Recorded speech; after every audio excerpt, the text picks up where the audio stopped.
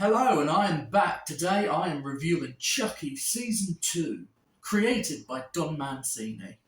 I think the alternate title for this is Chucky Goes to Church. Take me to church!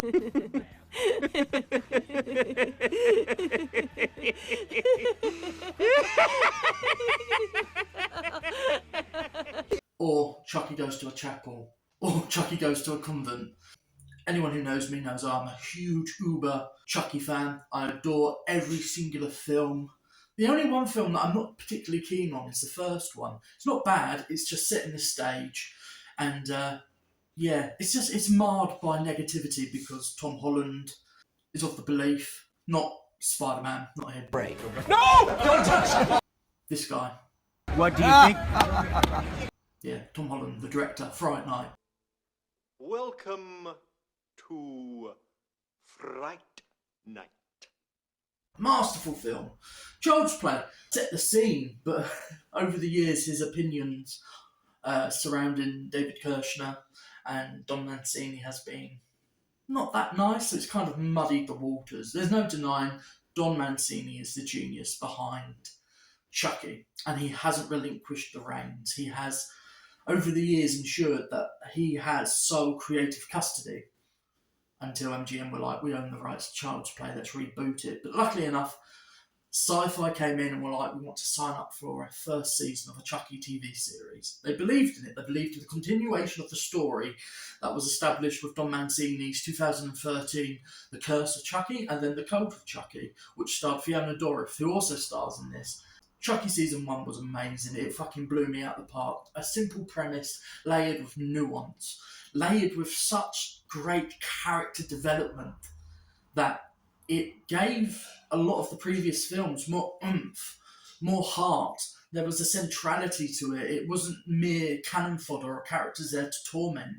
And Child's Play 2 and 3 and Bride of Chucky and Seed of Chucky, I love them all. But there's a certain tonality of the second that the fans were like, we like that. I'm in this body! I'm fucking trapped in here! You know, that famous music. Boom, boom, boom, boom. Boom, boom, boom, boom, boom, boom. And the tonality of humour and extreme violence.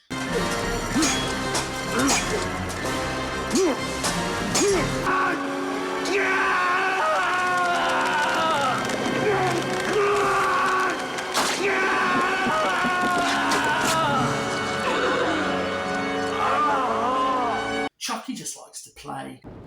Hi, I'm Chucky. Wanna play? It's verging in that area of Freddy Krueger, you know, the jokes, but it's not wanky and it doesn't detract from the overall thing. It just bloomed into something perfect, and that the perfection of Chucky was personified in Season 1. It dealt with abuse. You just couldn't they know I'm a fag! Listen to me! Listen to me! You say that again, and I will kill you. You hear me? Youthful ignorance, bullying, coming out of the closet, homosexuality, relationships, high school, going in areas that, you know, were merely hinted at. It seemed like a natural evolution for Chucky. Where was he going to go? And it was benefited because it was greenlit pretty early on. And by greenlighting it pretty early on, they had a good place for it to breathe, for there to be a writer's room, for Don to really go, okay, let's map this out. What do I think of Chucky Season 2? It's good, but it's not great. And here is why. Chucky Season 2 is bonkers. Truly fucking bonkers.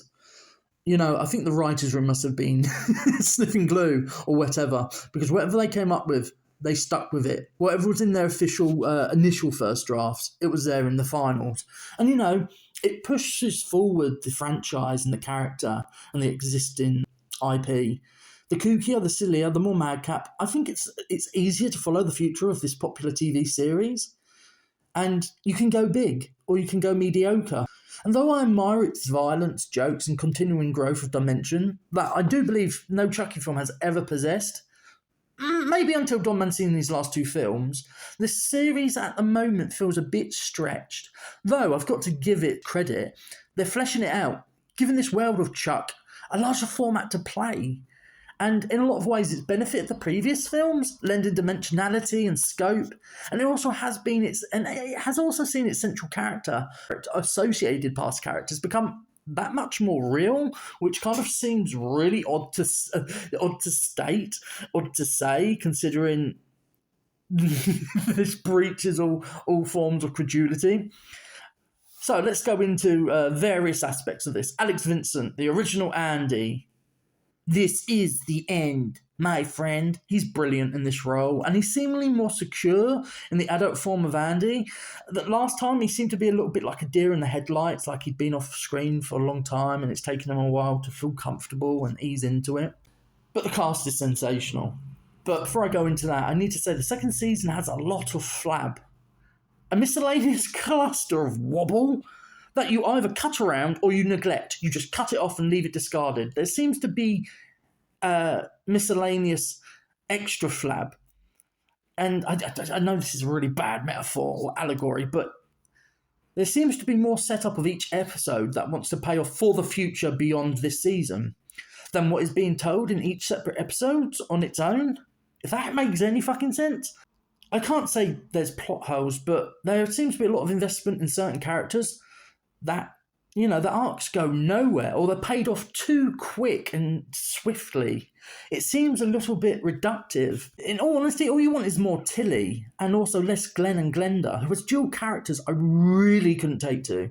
I hated the performance by Lachlan Watson. They had no personality to this split-in-half version of what Billy Boyd's original Glenn was in Seed of Chucky. None of that character is in evidence in their performances, and maybe that was the intent, but I just didn't like it. It feels like it has no relation to Seed of Chucky's Glenn/Glenda. And when we do get Billy, there's a name change, which I don't understand. Gigi? What's that all about? I thought it was a wasted opportunity. It was rushed. It's like, we're doing this to make the fans happy. Whilst there was a perfect balance in the first season where you're making the fans happy, but you're also tailoring it and telling a really compelling and really engaging and addictive story. I like the story around the two they and thems of Glenn and Glenda, but for me the acting just didn't work for me. Maybe it was deliberate, or maybe I didn't gel with the representation of Glenn and Glenda as two separate human variations. It's funny, talking about Seed of Chucky, the scatological nature of Seed of Chucky is very apparent in this season. It is way more meta than season 1 and bigger. The story and the events contained in these 8 episodes are thick, fast, but they do suffer from a hectic scatological pace. There's a dip in quality and the pace. I felt with a lot of the episodes I wasn't as engaged. The first season I watched in one sitting. I was like, gotta watch it. Now it's just a bit, Maybe it was too close to watching season 1 and there's not much anticipation. I don't know. And I like scatology. I like mess. I love it when you're just throwing shit at the wall and hope it stinks. Hope it sticks. And stinks, maybe. And as much as I love that side of things, the whole joke of certain actors playing versions of themselves, this long-running gag based on certain actors of the past who are all cameoing or co-starring, and they seem very willing, it just really drags and sags the season in the middle. And in particular, in a very creative and very Don Mancini episode, which he directed and wrote, it was an Agatha Christie mystery spoof, but even though the celebs and guests are having fun, it's like you had to be there to get the joke, to enjoy the whole experience, to get to the real heart of the joke. Or you have to be as well versed in their careers and lives as Mancini obviously is. Even though there's a manic weird feel, I felt season 1 had a really good time frame. It had a year and a bit to, upon its announcement to get made. But as soon as season 2 was greenlit, it's obvious they had a shorter time frame to pull this season off. And also, my great bugbear is the central romance is very much lost. And it isn't until late in the game you get Zachary Arthur and Bjorgvin to really build their characters' romance of Jake and Devon. And I understand they were displaying in as realistic a fashion the fractured romances and the fragility of youthful romance. The actors seemed at a loss, like the script was handed to them and they're like, work with this, do it now. But those two actors, sensational. I think Zachary Arthur was, I felt like there was something off with his performance, like he was parodying what he did the first time. But the meta nature of it, maybe that is part and parcel of it. The guy who plays his father and his father's twin in the first season is back as Father Bryce. And what really gets me is you get this sensation of they're familiar. Are they from the past? How stick of costume changes or putting a pair of glasses on an actor and they can disappear into it. And it's funny, the guy who plays Father Bryce like he played the brother, the abusive father, you know? And then all of a sudden they make a reference like, he reminds me of my dad. But that's what I like about Don Mancini. He brings back actors who have already played other characters, something that Rian Johnson has recently started doing with his Knives Out film. But the real showstoppers are Olivia Allen Lind as Lexi, showing her succumbing to her internal demons outside of Chucky. Relationships, bullying, how the bully becomes the bullier, about fractured interrelationships with mothers, sisters, the whole framework of also class, you know, the installment of a class mentality, and then her mother's a mayor, and now she's a struggling mayor, and a lot of that resentment and that lifestyle which is stripped away and is below their common bar of quality. It's really clever writing, and it's a very strong performance from Olivia. I think she's going to go far. A beautiful young girl who's going to become a starlet, no doubt. I really like Lexi's story, and I got a bone to pick with some reviewers who are like, they don't work on their own, but when they're as a group they work better. Fuck off. Olivia Allen Lind could carry the season on her own. That's how good she is. Brilliant. But for me, the heart of the show is Bella Higginbotham as Nadine. I love this character. It's like she's been pulled from a Scooby-Doo cartoon and then transplanted into the Chucky world. I'm a really good babysitter. No need to worry about me. I took 4 years of Krav Maga. Plus, I got this bitchin' knife. Who are you?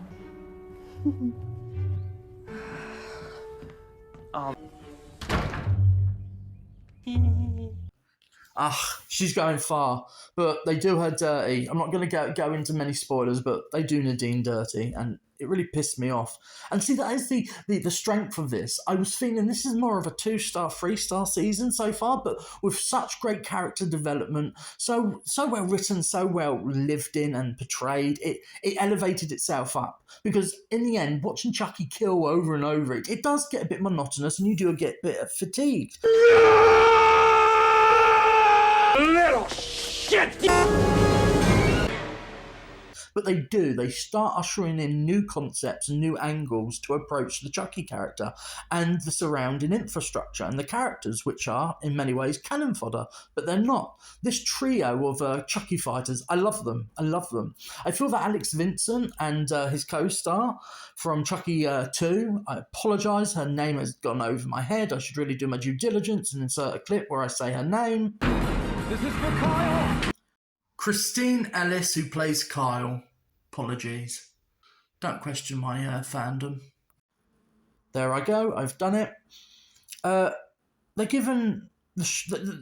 drawn the short straw when it comes to this season. What gets me is the last season was much simpler. The storyline wasn't that hard to follow. It was tight, layered with superb, as I keep going on, hyperbolically, acting and brilliant writing and directing.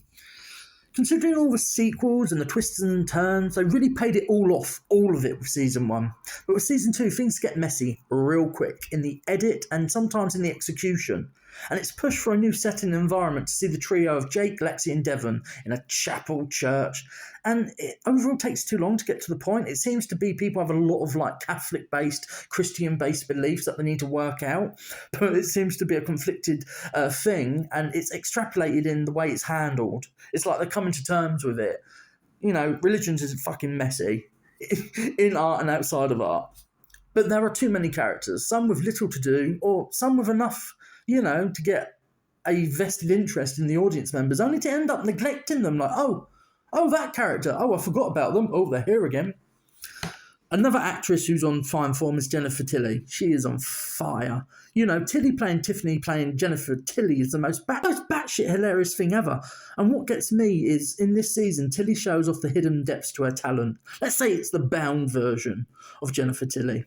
Also, Fiona Dourif proves that when the eventual sad passing of her father does arrive, I think people will be more than willing and happy with her to take over the role in a gender reverse role, which she has been doing for the past 2 years. It's almost like they're seeding in us that she can do it.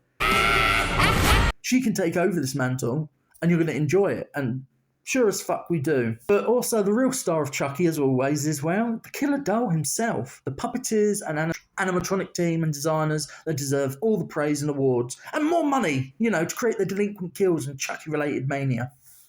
Dorothy also gets to play dual characters this time, but instead of being a passing cannon fodder in the shape of a Chucky doll, or there for mere jokes, he's given more a big juicy bone to chew on.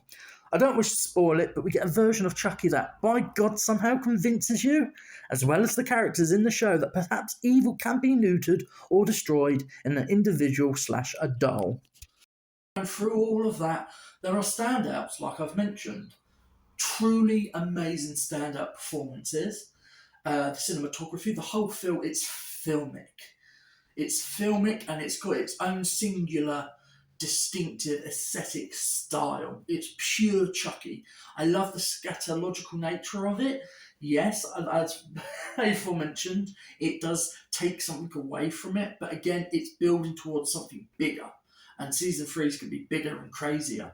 And with this season, there's a lot of certain characters and certain areas of play. Hi, I'm Chucky.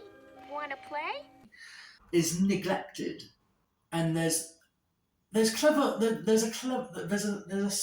ingenuity to Chucky is Chucky. You can't change him. I'm new and improved. But can you? And there's that pondering, that musing of Chucky's potential to be brainwashed, Chucky to become something new. His evolution is it's pushing the kills, it's pushing that uninsatiable need for murder and brutality and spitefulness and sadomasochism, and he does it with his Chucky laugh. It's fun. It's beautifully shot. There's some real standout performances, and I think that these young actors are going to go far. The casting is just sensational. Give this casting director an award, an Emmy. The music, the look, the feel, just the way you do not know where it's going to go. Expect the unexpected. It just didn't hit the levels that Chucky Season 1 did for me, and as I mentioned before, I do believe it's solely because they had less time. Sci-Fi's like, this is a massive hit, here's money, go, go, go, go, go.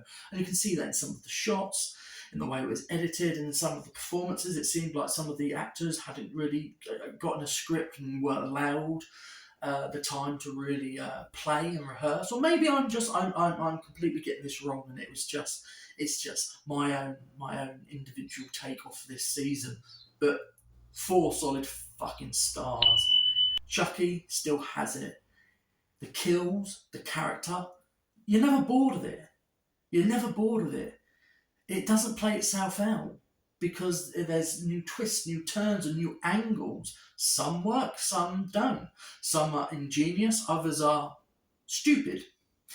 But anyway, remember, like, share, and subscribe. It means so much to get, over that 76 subscriber threshold. And I keep seeing numbers. If I had loads of thousands of people, I wouldn't notice, and it wouldn't be such a thorn in my side. But I keep noticing it's going down. I know I don't post as frequent as other people, but I have a life. My aim with this YouTube channel isn't to be famous or be an influencer.